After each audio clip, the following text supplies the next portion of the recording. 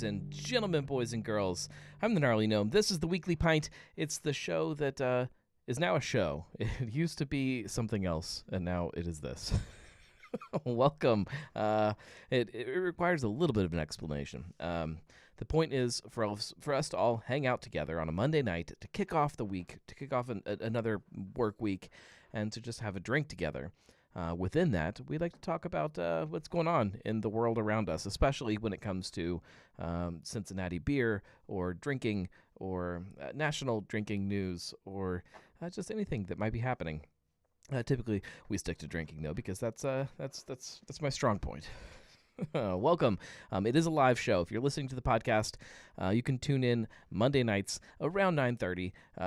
Usually right around 9:30. Sometimes a little later. Sometimes depending on my children. But it's best consumed live. However, we don't judge. However you want to consume the show, consume it. You can listen to it on all of your favorite podcasting platforms.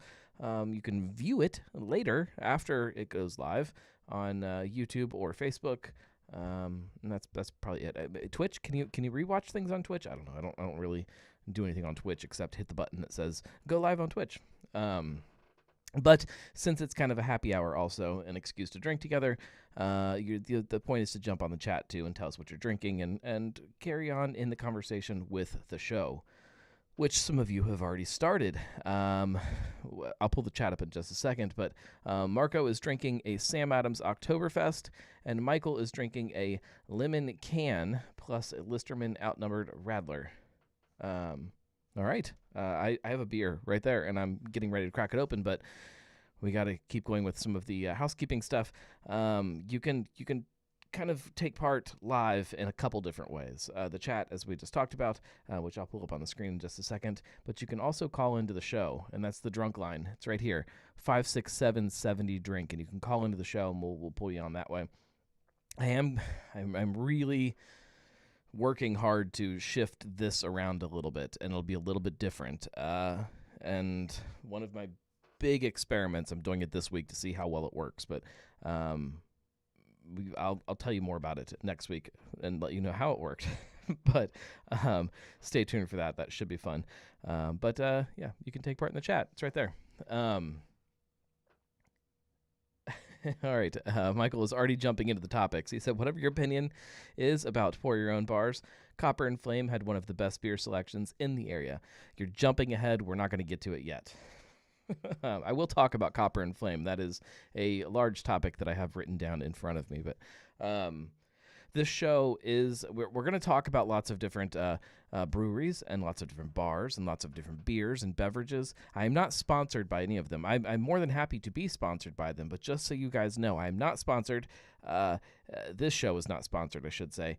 It is brought to you by people like you. So if you like this or you like any of the things that I do, you can go to thegnarlygnome.com/support, and there's a Patreon page, and you can support it that way. And that's how I make sense of all of this.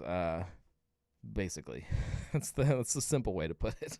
Let's jump into something though, and that something is going to be what I'm drinking, because I have an empty glass. On the topic of supporting the show, I'm drinking out of my Drink Local Gnarly Gnome glass. You can find these at thegnarlygnome.com.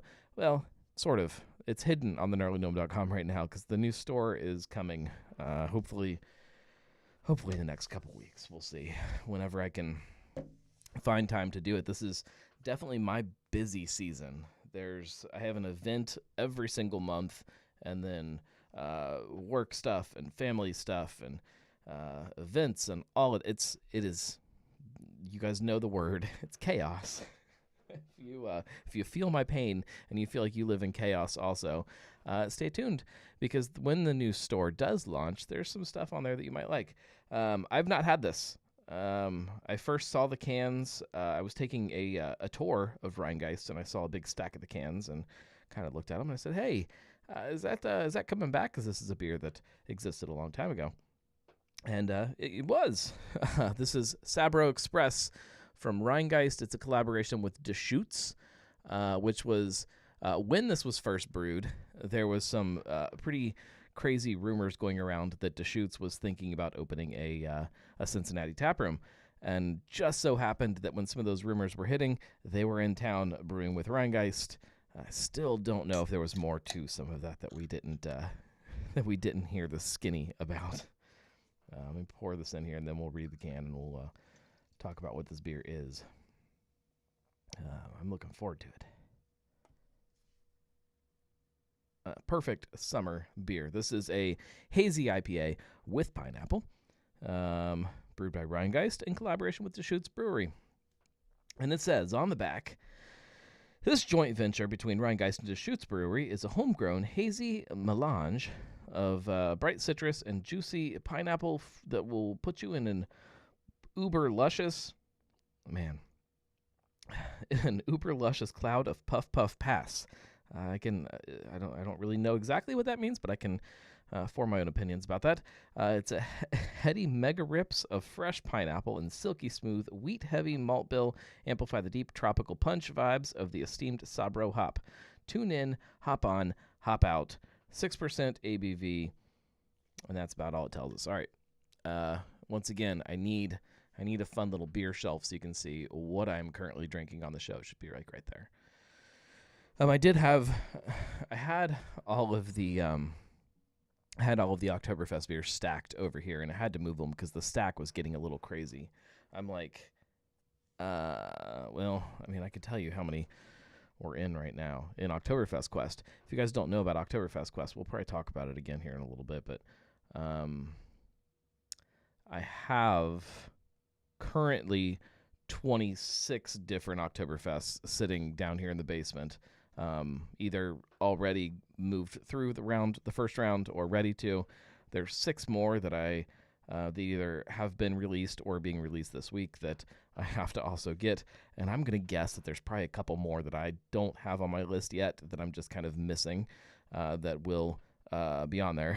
So we're gonna have a lot this year. It's going to be a little heavy.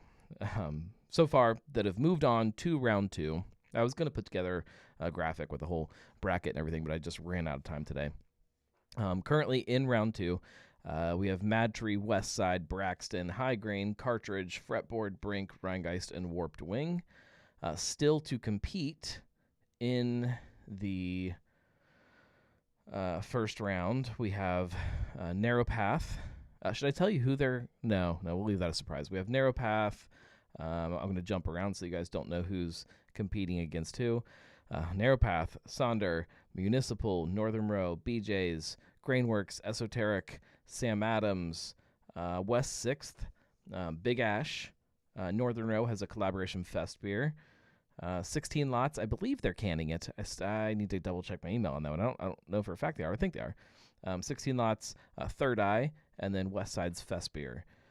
All of those still have to compete, plus whoever else is sneaking their cans out there this year that I don't have on my list. So it is a good year for Oktoberfest. Let me catch up on the chat here. Let's see. Josh says that Julia and he just got home from Narrow Path. Great place to have a beer. And Julia is having a chocolate milkshake to prepare for her dumbest idea yet.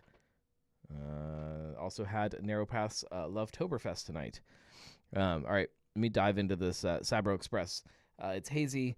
It looks like a pineapple. It's like that bright kind of yellow pine. It looks darker on my screen. I don't know if it looks darker for you guys or if it's just my screen here, but when I'm looking at it with the light behind it, it's like super bright yellow, tropical looking. And let's get our nose in there. Oh yeah, it's like bright, fresh pineapple. Oh yeah, that's straight up like luau in a glass. I'm looking forward to get my face in here. Hang on, I'm gonna do just that.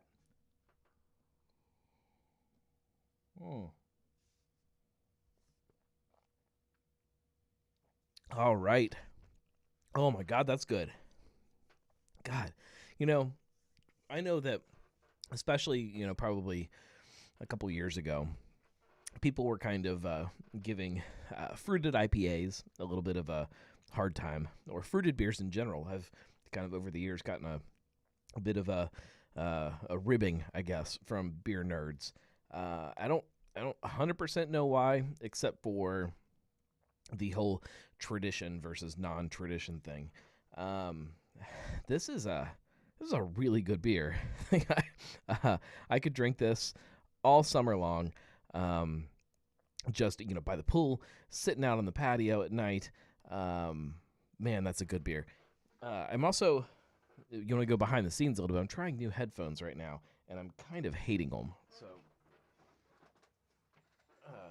hang with me while I switch headphones.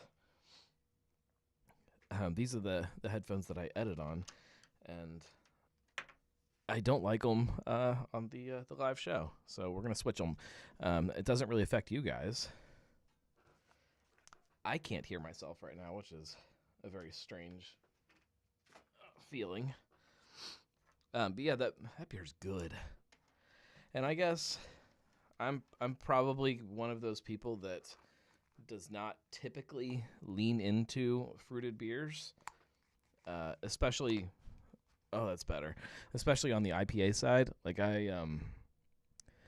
that's just not typically where I would go when I'm looking at the shelf. But I'm starting to think that maybe I should rethink that, because I kind of love that. That's a oh. Mm-hmm. Yeah, that's a really good beer. It's complete opposite of almost everything that I'm drinking this time of year. If you guys don't know, I drink a ton of Oktoberfest beer this time of year.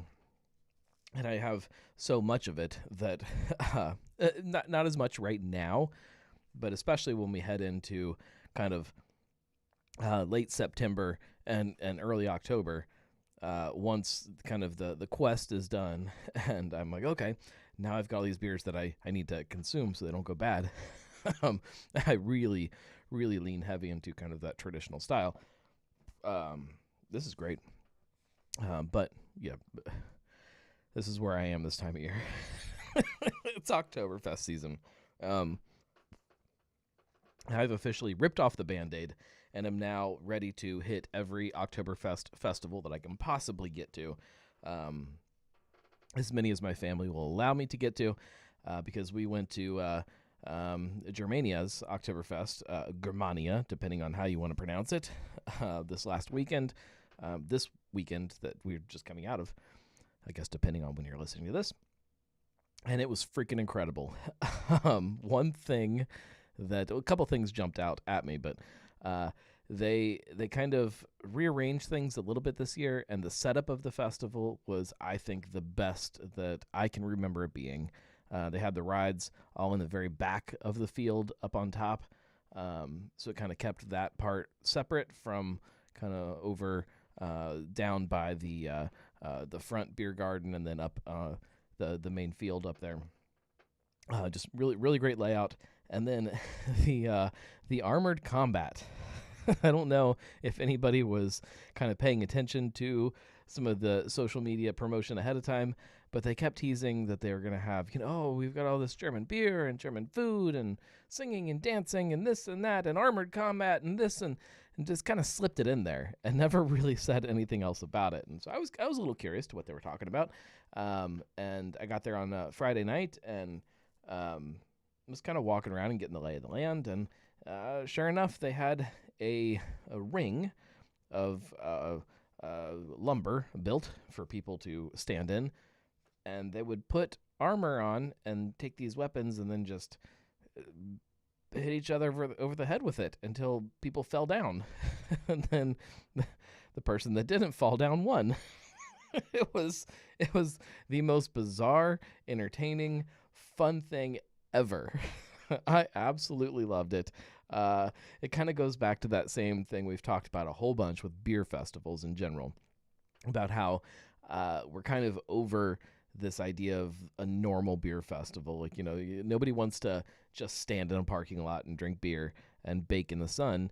It doesn't do it for us anymore, because the concept of craft beer isn't what gets us anymore. And this was a good example of that. Of, Oktoberfest is great, and I would be there no matter what. But you throw these other things into it, and suddenly Oktoberfest feels fresh, and it feels exciting, and it feels different. And I think that is kind of a cool concept for something that's been around for a very long time. So I had a blast. Freaking love Oktoberfest. Love it so much. I really could have spent every single minute there this weekend if the people upstairs let me. That's my family. Don't tell them I said that. But I really want to get to as many as I can this year, which is easier said than done.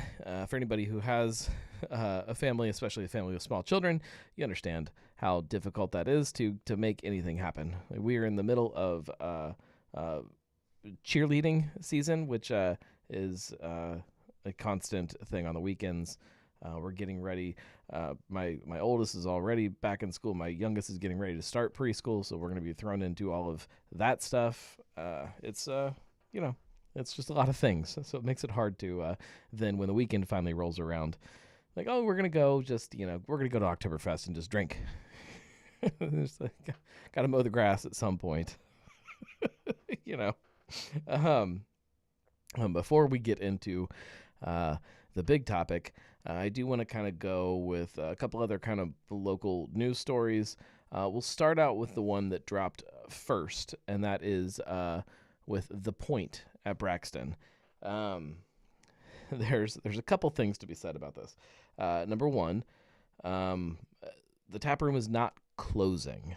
So right now it is currently closed temporarily while they remodel the tap room, which is, if you can't tell, Braxton, Cincinnati. I guess if you're listening to the audio podcast, of course you can't tell because you can't see the screen. But they're closing, or they have closed, the Braxton, Cincinnati tap room while they remodel it. And the remodeling is going to kind of, if you've ever been there, the old 3 Points location, Braxton, Cincinnati, the kind of the back half of the tap room, the big kind of open room, that is being kind of closed off from what I can tell a little bit and turned into a private event room. They will still open it up for like big days. So if there's a big Bengals game or something, there's a lot of people in the tap room, they'll open it up and you can still go in there and drink. But for the most part, most of the time, it's just going to be a closed off space, kind of like the loft at Covington. And the front part will still be a tap room, so a small tap room, which I kind of like more. That was one of my gripes kind of about the 3 Points tap room, is it never felt comfortable to me. Like it was fine. And the same kind of goes for Braxton, Cincinnati. It was a fine tap room, but it never gave me that kind of warm feeling that I want from a tap room typically. So smaller tap room in the front, event space in the back. With it, they are remodeling and adding a different food menu, which is their own food. It is Taco Fuerte, which if you've ever been down to Fort Mitchell, to the Barrel House down there. It's their little taco truck that they have there. It's tacos. It's just it's nothing crazy, but it is their own food, which is very kind of fitting, considering the other kind of smaller news story that I do want to talk about, which we can still talk about Braxton if you guys have any thoughts or questions that you want to throw into the chat. But the other news story that kind of popped up in the last couple weeks, Listerman is opening, well, not opening, they are taking over operations of their kitchen in their tap room, which is the first time that they've kind of run it themselves. This is I don't know how I feel about it. I mean, it's good. It's obviously good for the business, good for them. It is a whole separate side of the business. It shouldn't be shocking.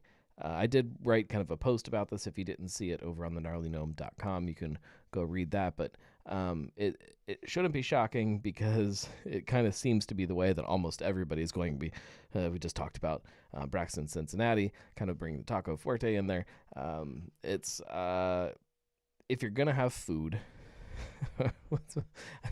rewind. Let's figure out a right way to word this.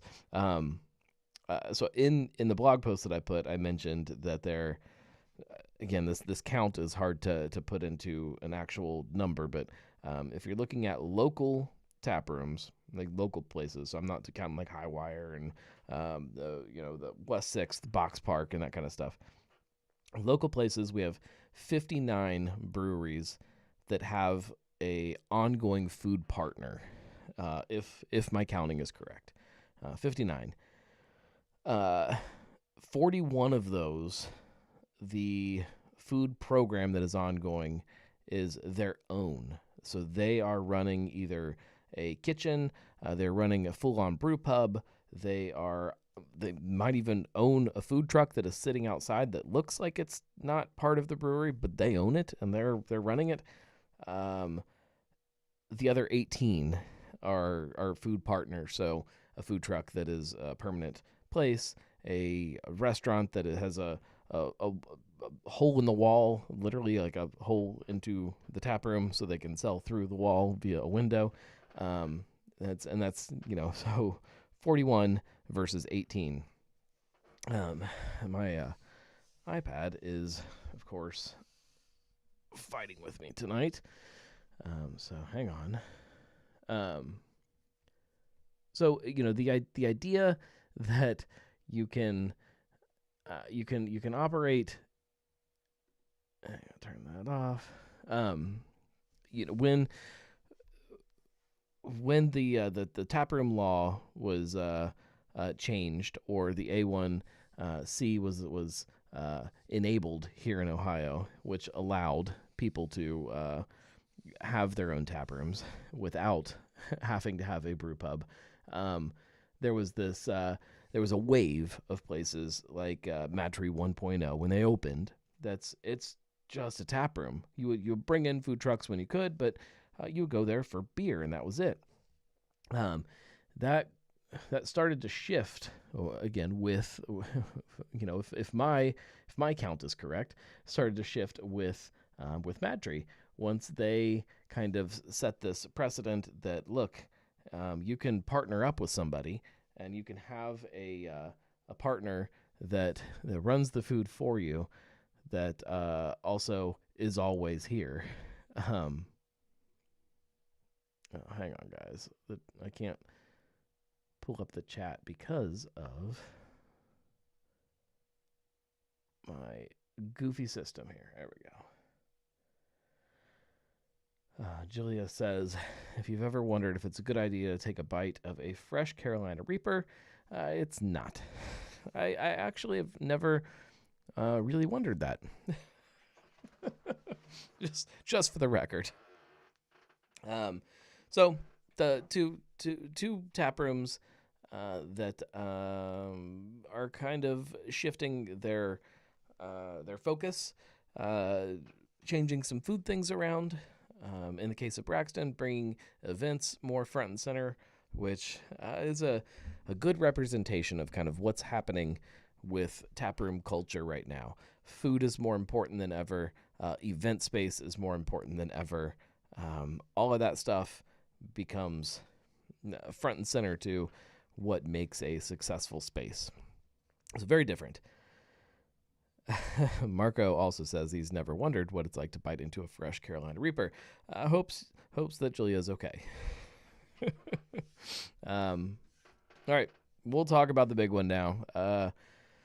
This, if anybody has ever been, Copper and Flame. So I've been very critical about the pour your own beer concept, and we'll dive into all of it. But before we do that, I have to say that I have nothing against Copper and Flame, nothing against ownership of Copper and Flame, nothing against any of them. I freaking love it. I do love Copper and Flame for very different reasons, though. The beer list, as Michael pointed out at the top of the show, was always fantastic. They nailed what types of beer you want to drink when you go to a place like this. I hate, and I'm not going to name names, but if you guys have been to all of the self-serve places around town where you pour your beer, they'll pour your own self-serve tap things. Some of them you walk in, and there's like Miller Lite on tap. Like, I'm not coming there to pour my own little thing of Miller Lite and pay almost twice as much as I would if I just go to a bar literally next door. It doesn't make sense. So the the beer selection was good. Here's the things that I really disliked about it.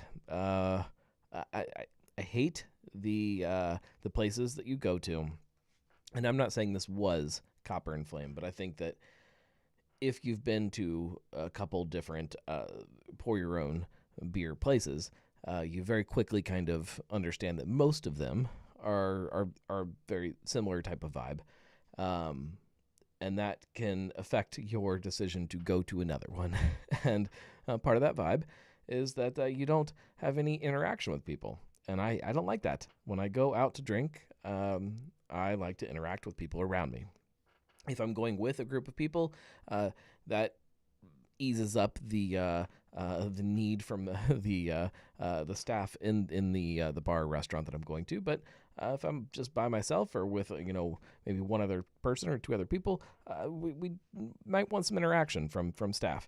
And the pour your own concept, by the very nature of it, typically means that you're not getting as much of that. So I don't like that. The biggest thing that I dislike is the cost difference, and some places are worse than others. Sometimes there were beers at Copper and Flame that cost-wise were close enough to what you would get at a different place. Other times they definitely weren't. Right now, for instance, you can get Sabretooth on tap, Rhinegeist, Sabretooth Tiger. Great beer, excellent beer. It's 99 cents an ounce. So I'm not a math expert, but I think that makes it a $16 pint, which you're not going to drink a pint of Sabretooth, and I get that. However, you could.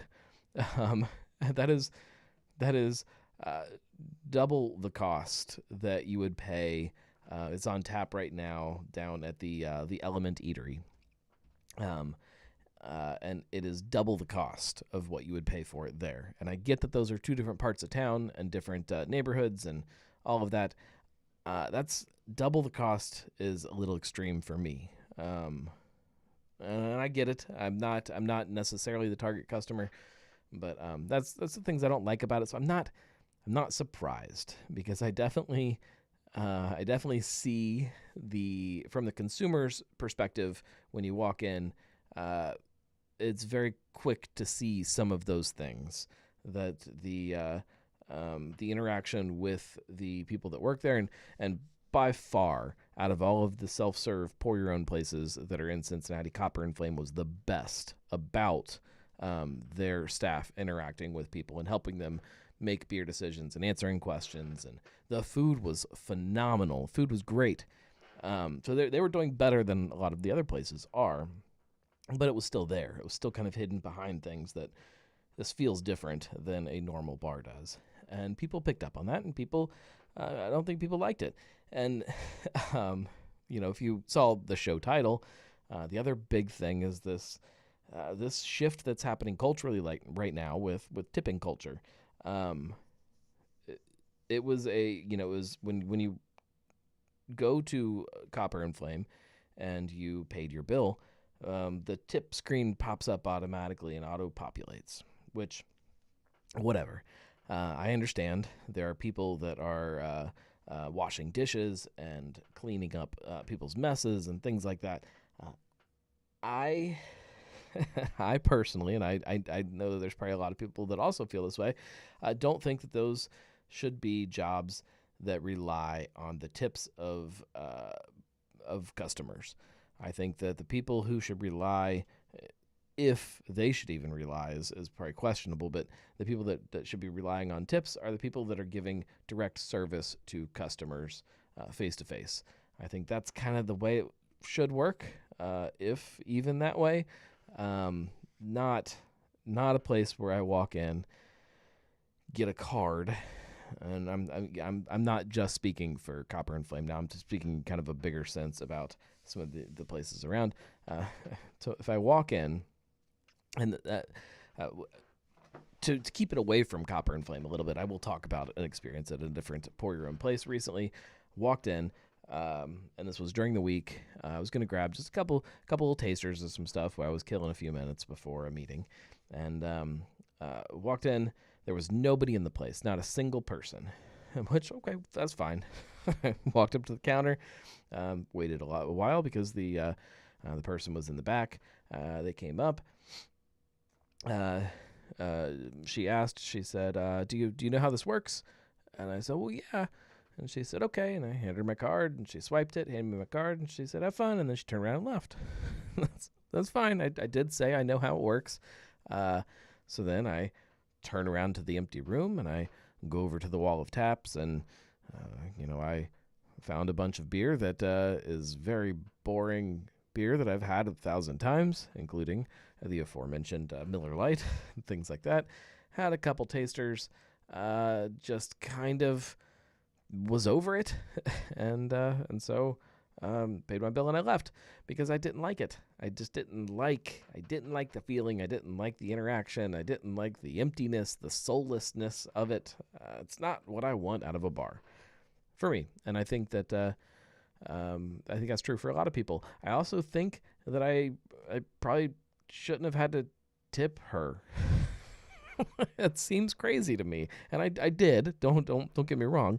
And I do try to always tip well when I go places, because I understand the other implications of that. It's a person that's obviously part of their pay. But man, how do we get there? That is part of this whole thing. It just seems. It seems crazy. If I'm gonna walk in to a place like that, and if that is the interaction that I have, and I'm quote unquote expected to tip that person 20%, what does that mean for the places that I go to and I sit at a bar and I've got a bartender that comes over and stands in front of me, or even if they're doing other things too, and they're having a conversation, they're making me a cocktail, they're they're having an actual face-to-face conversation about something that's exciting and something that's fun and something that makes me want to come back to that place. What am I supposed to tip them? I mean, that's if 20% is service A, what is service B? How do we in our heads justify that difference? It's a thing that I'm definitely struggling with a little bit. Josh says, "I've been to one of those when Big Ash opened. It just seems problematic for people who struggle with self-limitation and zero personality." Yes. Seems problematic for people who struggle with self-limitation. I'm trying to understand the comment. Do you think it's concerning for people who have trouble cutting themselves off? Is that where we're going with that? With kind of how much they're drinking? I don't know. I just don't like it. And that's not to say anything about some of these places. Again, Copper and Flame was a great place. Beer selection was incredible. Food was incredible. Great stuff. Great products. But I didn't like the feeling of it. Big Ash, kind of the same way. Like I love the beer. Like they're kicking ass over there. Like they're making some really good beers. But I just don't like going there. I just don't like it. I don't like the space. I don't like the place. Now they've added a couple things that have helped that. They have actual bar seating now. I have not gone and sat at said bar, so I don't know if there's an actual bartender behind it, but it's helpful. Josh says yes. It will cut you off. I can tell you that when you go to some of these places, after a certain amount of ounces, the machine cuts you off, and you have to go over and find somebody to turn you back on. I haven't hit that in a while because I don't stay there long enough to hit my limit, but there is one. And I don't know if that number is regulated by something bigger than the actual company, or if it's just the company, each one kind of generates their own number. Like, this is probably where it should be. I don't know. Don't know the answer to that. But I also just don't think most of the people that I've seen at these places are not people that are drinking large beers. It's people that are going over and pouring just lots of little tastes of stuff. It's a place to go to try a bunch of things. It's not a place to go to just get a big pint of beer, which is why the price is more expensive. It's just kind of the way it works. But I don't like them. that's the moral of the story here. I like the people. I like the products. But I don't. I'm sorry, wrong button. But I don't like the experience. Oh man, I hit the wrong button. I don't like the experience of the pour your own concept. That's the moral of the story. That's all the news stories I have for you. So if there's anything else anybody wants to talk about, feel free to chime in on the chat, and we can dive into it. Otherwise, I'm going to take a big drink of this beer.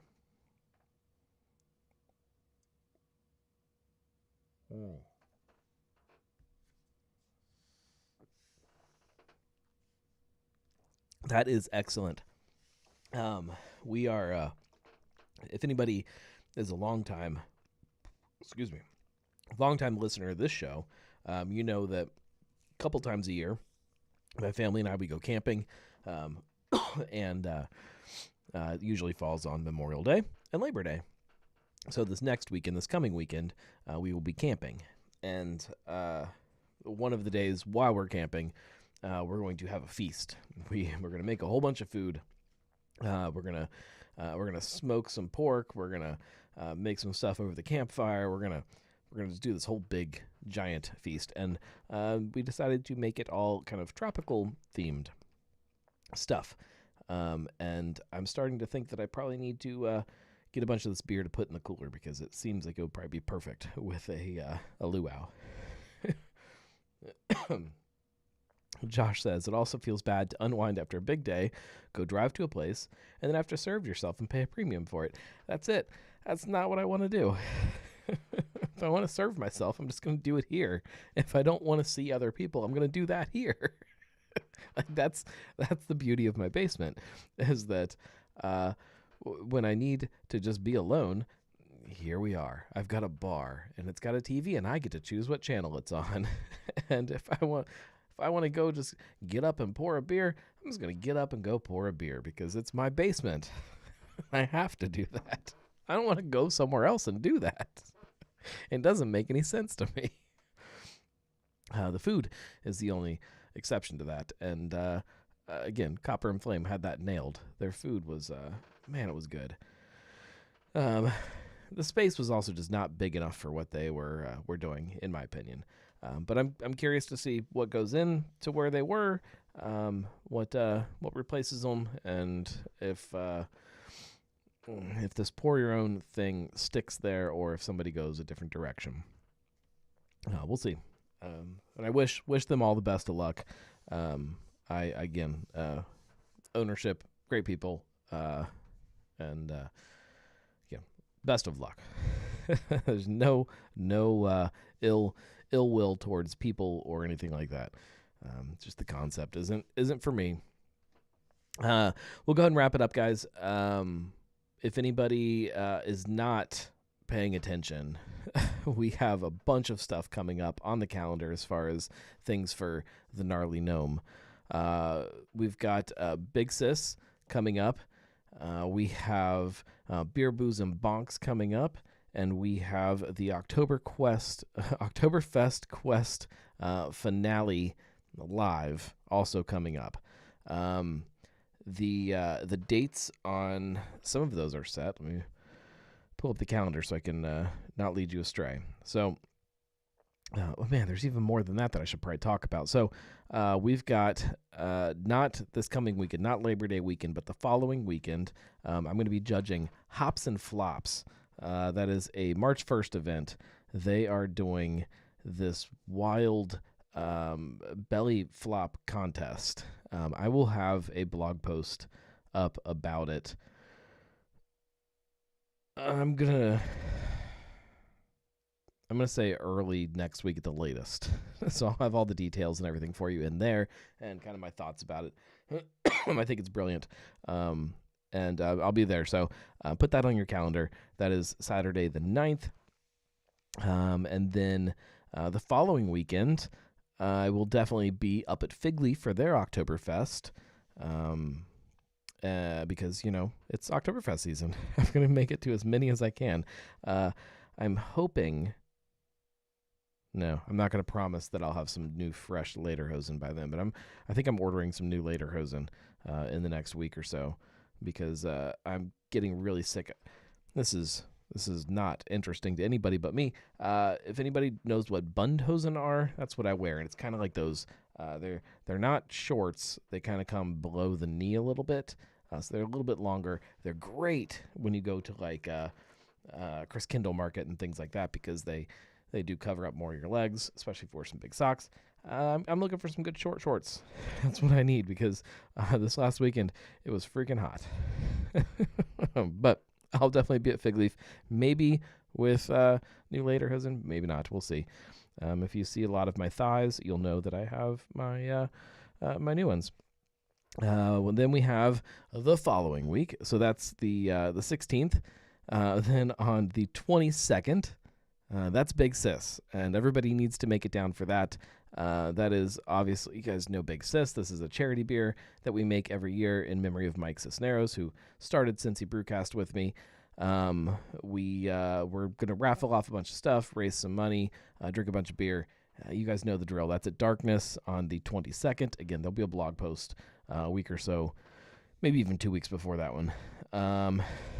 Immediately after that, on the 23rd, so that Saturday, I'll be over at Sonder for their Oktoberfest, because, again, it's Oktoberfest season. Again, hopefully with some new, cooler lederhosen, something that's a little breezier. And there's so much stuff on the calendar. We'll leave it at that for now, and then we'll update as we kind of get closer. But know that we've got just event after event after event. If you like some of the swag that I've got, like this this drink local glass, or I don't know if you guys can really see it on here, this new, oh man, the light's terrible. You can't see it. It's a really sweet camo, blacked out Nomad.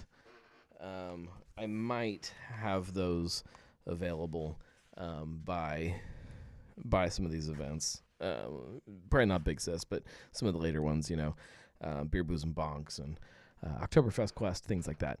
There's a bunch of cool swag that I've been working on that will be part of the new store launch. But it all helps when you guys buy things like that, or when you subscribe to Patreon, any of that stuff. You have no idea how much it helps kind of fill in the gaps and keep all of this stuff running smoothly. So thank you very much.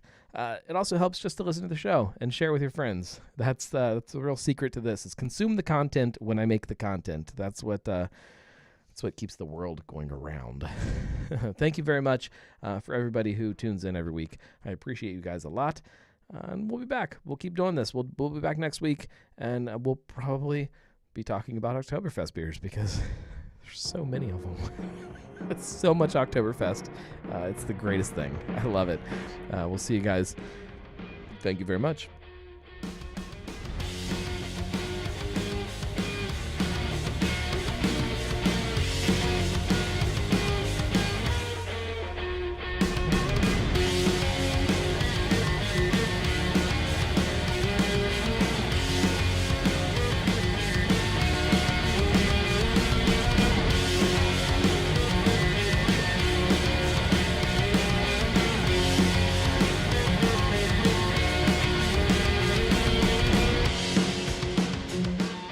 I got a text yesterday from somebody. I'm not going to name names, but somebody texted me, and they said, "What in the hell makes you? How did they word it? How can you judge a belly flop contest?" I don't know. I actually don't know the answer to that. Somehow somebody thought it was a good idea. Maybe it's the beer side of it.